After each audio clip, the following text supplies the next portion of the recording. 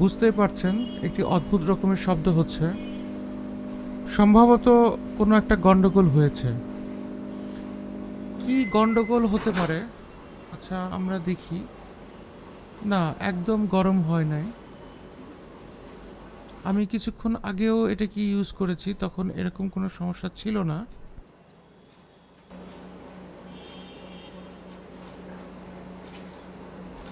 আচ্ছা, কি সমস্যা একটু গবেষণা করে দেখি। প্রথমে মাইক্রোফোনটি একটি শক্ত জায়গায় রাখলাম। এখন এটাকে খোলার জন্য আপনার কিছু টুলস লাগবে। প্রথমে আমরা কাচের প্লেটটি সরিয়ে নেব এবং এর নিচে থাকা একটি রেল থাকে সেটিকে সরিয়ে নেব। আপনি চাইলে আপনার ঘরে থাকা অ্যাপ্লিয়েন্সটি মেরামত করতে পারেন, তবে অবশ্যই অনুরোধ থাকবে যদি ইলেকট্রিক্যাল বা ইলেকট্রনিক্স কাজের পূর্ব কোনো অভিজ্ঞতা না থাকে এটি না করাই ভালো। আমি মাইক্রোওভেনটি খোলার জন্য স্ক্রুগুলো আনস্ক্রু করে নিচ্ছি। আমি আবারও সাবধানতার জন্য বলছি, আপনাদের যদি এরকম ধরনের কোনো কাজের পূর্ব অভিজ্ঞতা না থাকে দয়া করে আপনারা মাইক্রোওভেনটি নিজে ঠিক করতে যাবেন না। মাইক্রোওভেনের ভিতরে যেহেতু খুব হাই ভোল্টেজ জেনারেট হয়, সুতরাং খুব সাবধানতার সাথে আমাদের কাজ করতে হবে। প্রয়োজনীয় টুলসের মধ্যে আমাদের লাগবে এক জোড়া হ্যান্ডস গ্লোভ, একটি ভালো মানের ফিলিপস হেড স্ক্রুড্রাইভার বা স্টার স্ক্রুড্রাইভার, একটি নোজ প্লায়ার, একটি মাল্টিমিটার এবং কিছু বেসিক ইলেকট্রিক্যাল টুলস। ওভেনটি খুলে ফেলেছি। এখন আমরা এর ভিতরে অবকাঠামো দেখছি।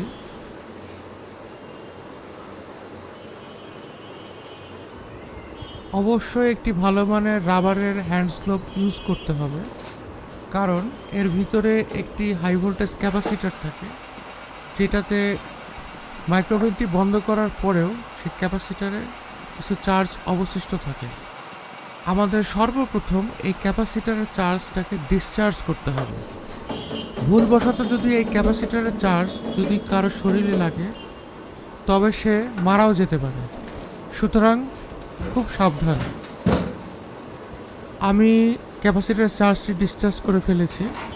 এখন আমি ক্যাপাসিটারটি ওভেন থেকে আলাদা করে ফেললাম। ক্যাপাসিটারটি এর বডি থেকে আলাদা না করেও এটাকে পরিমাপ করা যেত যে এটি ভালো আছে না খারাপ আছে, কিন্তু আমি এটা খুলে ফেলেছি আপনাদেরকে বিস্তারিত দেখানোর জন্য।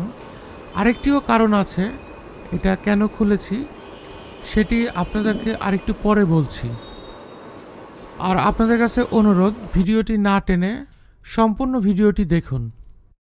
আপনারা ইলেকট্রিক্যাল এবং ইলেকট্রনিক্স সম্পর্কে কী ধরনের ভিডিও দেখতে চান আমাকে কমেন্টস করে জানান। যাই হোক বন্ধুরা, মাঝখানে আমার অনেক গ্যাপ পড়ে গেছে, বিভিন্ন ব্যস্ততা থাকার কারণের জন্য আসলে ভিডিও করতে পারি নাই। তবে এখন প্রমিস করছি সামনে আপনারা প্রচুর ভিডিও পাবেন এবং আমার জন্য দোয়া করবেন। যাই হোক, আজকে আমাদের মূল টপিকে আসি।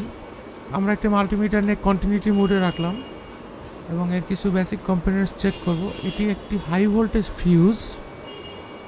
এটা 5 কেভি 0.7 অ্যাম্পিয়ারের। ফিউজটা ঠিক ছিল। আমরা ক্যাপাসিটার দেখছি শর্টেজ আছে কি না কন্টিনিউটির মোডে রেখে। না, শর্টেজ নাই। আমরা একবার ফ্যারাডে দিয়ে এটার ক্যাপাসিটি মানটা চেক করব, যেহেতু 1 মাইক্রোফ্যারাড। একটি 100 ওয়াটের বাল্বকে সিরিজ করে ক্যাপাসিটার দিয়ে ডাইরেক্ট লাইনে আপনারা চেক করতে পারেন, তবে যারা এটা রেগুলার এ ধরনের কাজ করেন শুধু তারা এটা করবেন, বাকিরা করবেন না।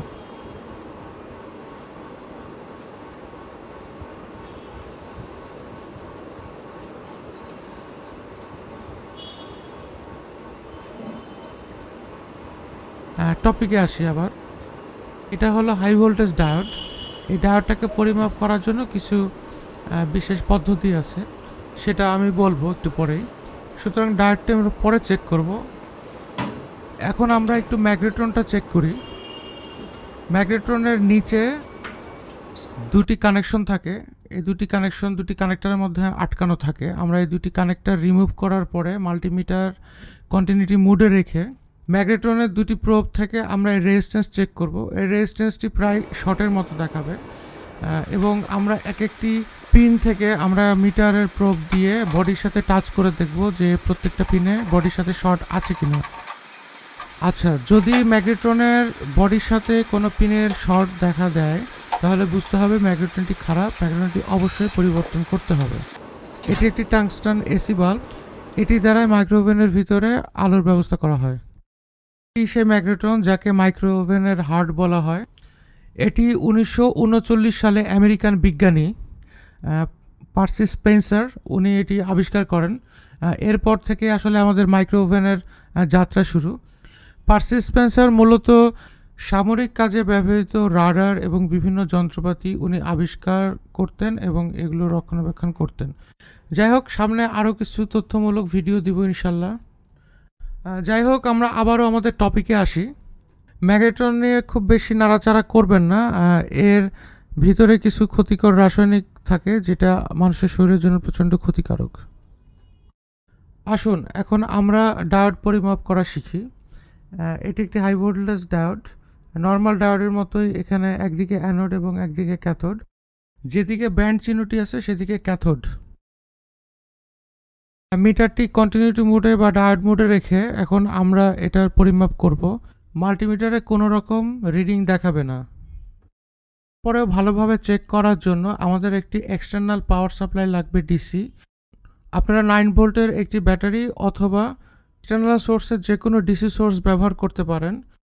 আমরা ডিসি ভোল্টেজের সাথে এই ডায়োডটি সিরিজ করে এর ভোল্টেজ পরিমাপ করব। এটা অবশ্যই মনে রাখবেন, 9 ভোল্টের একটি ব্যাটারি আমরা ইউজ করলে এর কিছুটা ভোল্টেজ ড্রপ করবে, 7.2 বা এর আশেপাশে ভোল্টেজ হতে পারে। আর অবশ্যই গুরুত্বপূর্ণ তথ্য যে ডায়োডে অবশ্যই একমুখী বিদ্যুৎ চলাচল করবে। যদি দুই দিক দিয়েই বিদ্যুৎ পরিবহন করে তাহলে বুঝতে হবে ডায়োডটি নষ্ট আছে। আমি এই ম্যাগনেট্রনের ফিলামেন্ট থেকে কয়েলটি আলাদা করে আমি এর কানেক্টরটা চেক করছি যে না, এই কানেক্টরটা ঠিক আছে, বাট আমার ভিতর ফিলামেন্ট থেকেই এটা বডির সাথে গ্রাউন্ড আছে। আচ্ছা, ম্যাগনেট্রনের একটা খুব গুরুত্বপূর্ণ অংশ আছে, উপরে একটি থার্মাল সুইচ লাগানো আছে। যদি ওভারহিটিং হয়ে যায় তাহলে মাইক্রোওভেনটি সরাসরি ইলেকট্রিসিটি থেকে ডিসকানেক্ট করার জন্য এই সেফটি অপশানটা ইউজ করা হয়েছে। যদি এই থার্মাল সেন্সরটা নষ্ট থাকে তাহলে আপনার মাইক্রো ওভেন কোনোভাবেই পাওয়ার পাবে না। আচ্ছা, এখন আমার ম্যাগনেট্রনটি আসলে কেমনভাবে রিডিং দেখাইছে সেটা একটু বলি। আমার এই ম্যাগনেট্রনটি যখন পাওয়ার দেওয়া হয় তখন এটা কিছুক্ষণ পরে এর প্রোবগুলা বডির সাথে শর্ট দেখায়। আবার আমি যখন এই ওভেনটি 1 ঘন্টা বা কিছুক্ষণ রেস্টে রাখছি, যখন আমি আবার চালু করছি তখন ঠিক 15 থেকে 20 সেকেন্ড চলার পরে সেটা আবার পুনরায় এই প্রবলেমটা করতেছে। এবং আপনারা দেখছেন শুরুতে যে আমি যখন ওভেনটি অন করেছিলাম তখন অনেক জোরে জোরে শব্দ করছিল। সুতরাং আমার এই ম্যাগনেট্রনটি খারাপ হয়ে গেছে। আমরা এখানে ছবিতে ম্যাগনেট্রনের ভিতরের কোরটা দেখছি। কোরের ভিতরে বিভিন্ন রকম গর্ত মতো সার্কেল করা আছে, এগুলোকে ক্যাভিটি বলা হয়। এগুলো দ্বারা ইলেকট্রন উৎপন্ন হয়। যাই হোক, ম্যাগনেট্রন একটি জটিল একটি জিনিস। এটা নিয়ে যদি আপনারা জানতে চান বিস্তারিত তাহলে আমি পরবর্তীতে আরেকটি ভিডিও বানাবো এটার উপরে। যাই হোক, আমরা এখন নতুন ম্যাগনেট্রনটি আনবক্স করব। আপনারা ইলেকট্রনিক্স স্পেয়ার পার্টসের দোকান অথবা এসি ফ্রিজ স্পেয়ার পার্টসের দোকানে আপনারা এই ম্যাগনেট্রনটি পেয়ে যাবেন। এটির মূল্য আনুমানিক 700 থেকে 1000 টাকার মধ্যে পেয়ে যাবেন। এটা মেড ইন চায়না। আর ক্যাপাসিটারটা 250 থেকে 500 টাকার ভিতরে বিভিন্ন ভ্যারিয়েন্টের ক্যাপাসিটার পাওয়া যায়। আর ডায়োড আপনার 40 থেকে 100 টাকার মধ্যে আপনি পেয়ে যাবেন। পুরাতন ম্যাগনেট্রনের সাথে আমার যে বডি কিটগুলো আটকানো ছিল আমি সেগুলো খুলে নিচ্ছি, ঠিক অনুরূপভাবে আমি নতুন ম্যাগনেট্রনের সাথে আটকিয়ে নিচ্ছি। আপনারা অনুগ্রহ করে পুরো ভিডিওটি দেখবেন। কোনো কিছু বুঝতে না পারলে কমেন্টস করবেন, আমি উত্তর দেওয়ার চেষ্টা করব। আর একটি ভিডিওতে সবগুলো ইনফরমেশন দেওয়া সম্ভব হয় না, সুতরাং আপনাদের চাহিদার প্রেক্ষিতেই মাইক্রো ওভেনে আবার কোনো একটি নতুন ভিডিও তৈরি করা সম্ভব হবে। আপনাদের সুবিধার্থে আমি ম্যাগনেট্রনটি আরেকবার চেক করে দেখাচ্ছি। দেখুন, মিটারটি কন্টিনিউটি মোডে রেখে আমি ফিলামেন্টের দুটি প্রোব দুটাতে দেওয়ার পরে এটার ওহমস দেখলাম এবং বডির সাথে শর্ট আছে কিনা সেটা চেক করে নিলাম। এটি যে হাই ভোল্টেজ ডায়োড এবং ক্যাপাসিটার আমি দুটোই নতুন রিপ্লেস করব।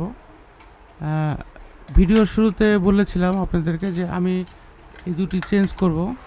কারণ আমার এই মাইক্রো ওভেনের বয়স অলমোস্ট 10 বছর। আপনারা জানেন যে ক্যাপাসিটারের একটা নির্দিষ্ট লাইফ সাইকেল আছে। তো আমি যেহেতু একবার খুলে ফেলেছি এবং সার্ভিস করছি, তো আমি চাই যাতে আমার এই মাইক্রো ওভেনটি আবার অনেক দিন পর্যন্ত ভালো থাকুক। ক্যাপাসিটার আস্তে আস্তে দুর্বল হয়ে যায়, তো যখন বয়স বাড়ার সাথে সাথে ক্যাপাসিটার দুর্বল হয়ে যায় তখন আপনার মাইক্রো ওভেনটি আস্তে আস্তে হিটিং ক্ষমতাটা কমে যায়। ধরুন আপনি 1 কাপ চা মাইক্রো ওভেনে গরম করতে দিলেন। আপনি যখন পূর্বে মাইক্রো ওভেনটি কিনেছিলেন তখন 30 সেকেন্ডে আপনার যথেষ্ট পরিমাণ গরম হয়ে যেত, কিন্তু আস্তে আস্তে দেখলেন যে আপনার এটি 40 সেকেন্ড বা 45 সেকেন্ডেও সেরকম গরম হচ্ছে না। তার মানে আপনি বুঝতে হবে যে আপনার মাইক্রো ওভেনের ক্যাপাসিটারটি দুর্বল হয়ে গেছে। আমার এই মাইক্রো ওভেনের ট্রান্সফরমারটি সম্পূর্ণ ভালো আছে। আমি এই সার্ভিসিং অবস্থায় এখন ম্যাগনেট্রনটি নতুন চেঞ্জ করলাম, ক্যাপাসিটার নতুন চেঞ্জ করলাম এবং ডায়োডটিও নতুন চেঞ্জ করলাম। তাতে আমার টোটাল আনুমানিক খরচ গেছে 1000 টাকার মতো, এবং আমার মাইক্রোওভেনটি কিন্তু সম্পূর্ণ এখন নতুনের মতো পারফরমেন্স দেবে ইনশাল্লাহ। আপনারা দেখছেন এটি হলো একটি ডোর সুইচ। মাইক্রো ওভেনের খুবই গুরুত্বপূর্ণ অংশ এটি। এটা একটি লিমিট সুইচ দ্বারা কন্ট্রোল করা হয়। এই সুইচটি নষ্ট হয়ে গেলে আপনার ঝামেলার অন্ত থাকবে না। মাইক্রো ওভেনটি চলতে চলতে বন্ধ হয়ে যাবে, আবার আপনি একটি খাবার গরম দিচ্ছেন, সে খাবারটি মাঝপথে বন্ধ হয়ে যাবে বা আবার অন হবে না। তো সুতরাং এই সুইচটি চেক করে যদি কোনো রকম প্রবলেম বা একটু লুজ কানেকশন থাকে বা সুইচে কন্ট্যাক্টের সমস্যা থাকে নতুন রিপ্লেস করাই ভালো। আমি আমারটা চেক করেছি, সম্পূর্ণ ভালো আছে। ক্যাপাসিটারটি আমি ইনস্টল করছি।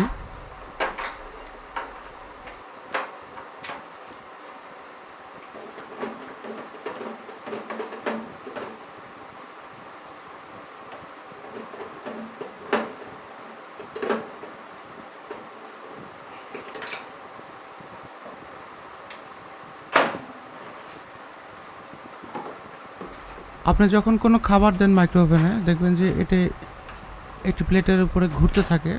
এই ঘোরার জন্য একটি সার্ভো মোটর ইউজ করা হয়। এই যে একটা বক্সের মতো দেখছেন, এর ভিতরে এটি থাকে।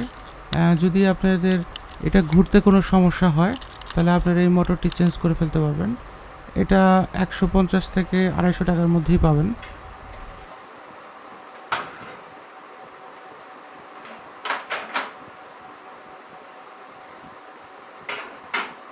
কিছু ইনস্টল করা শেষ, এখন আমরা মাইক্রো ওভেনে ইলেকট্রিসিটি দিয়ে টেস্ট করব।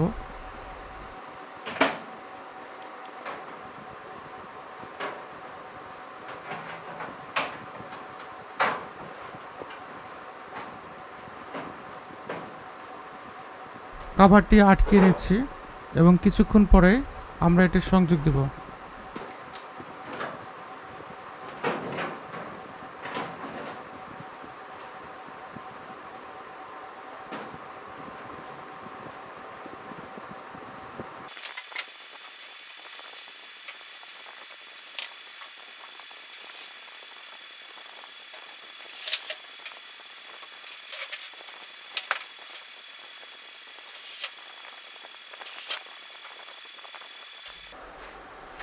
একটি গ্লাসে কিছুটা পানি নিয়ে দেখি।